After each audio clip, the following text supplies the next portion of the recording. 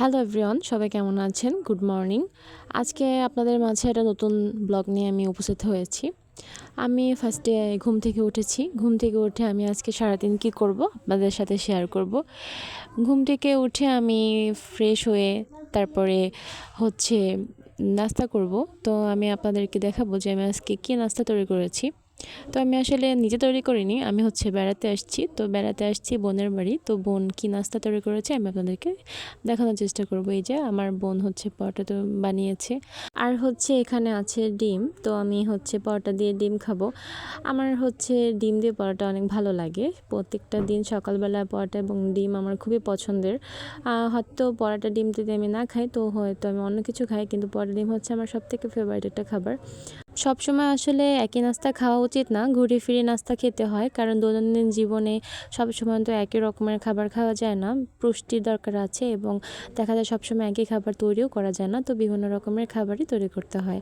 এখন আমি এখানে পিঠা খাবো। কিছু পিঠা বানিয়েছিল। এটা পুলি পিঠা। আপনারা সবাই হয়তো এই পিঠাটা চিনেন, নারিকেলের পুর দিয়ে তৈরি করা হয় এই পিঠা। তো আমরা এখন এই পিঠাটা খাবো। পিঠাটা অনেক মজা হয়েছে। বিভিন্ন প্রকারের পিঠাপুলি আপনাদেরকে আসলে শেয়ার করব। আমি আসলে অনেক রকমের পিঠাপুলি তৈরি করতে পারি, তো আমি চেষ্টা করব আপনাদের মাঝে শেয়ার করার জন্য, যাতে আপনারা উপকৃত হন। এখন দুপুরে কি রান্না করব সেটা।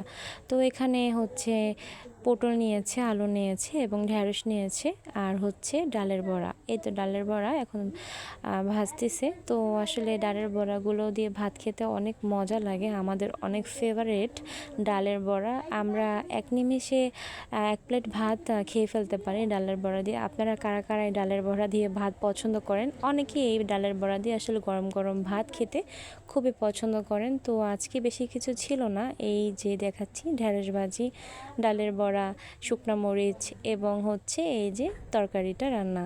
তো আলু দিয়ে পটলটা ঝোল ঝোল। তো এই ছিল আজকের আমাদের আয়োজন। তো কেমন হয়েছে সবাই কমেন্ট করতে কিন্তু ভুলবেন না। সারা দিনের ব্যস্ততার ভিতরেও যদি আমি আপনাদের মাঝে শেয়ার করব যে আসলে কিভাবে আমরা সারাটা দিন কাটাই সকাল থেকে রাত্র পর্যন্ত। তো আমি এখন বড়া দিয়ে ভাত খাবো। আমার এই বড়া এবং ভাতের কম্বিনেশনটা খুবই মজা লাগে। যদি এর সাথে মরিচ ভর্তাটা থাকে তাহলে তো আর কথাই নেই। বিভিন্ন প্রকার শাকের ভর্তা দিয়েও মজা লাগে। তো আপনারা যারা যারা এখন আমার চ্যানেলটিকে সাবস্ক্রাইব করেননি তারা দ্রুত গিয়ে আমার চ্যানেলটিকে সাবস্ক্রাইব করে আসুন। এখন থেকে আমি আপনাদেরকে নিত্যদিনের ভিডিও দেওয়ার চেষ্টা করব, আমার ডেইলি ব্লগ দেওয়ার চেষ্টা করব। তো আমি প্রায় কী করি, কোথায় যাই বা না যাই সব কিছু আপনাদের মাঝে শেয়ার করব। তো আপনাদের একটা কমেন্ট এবং আপনাদের সাবস্ক্রাইব আমাকে ভিডিও করার সাহস বাড়িয়ে দেয়।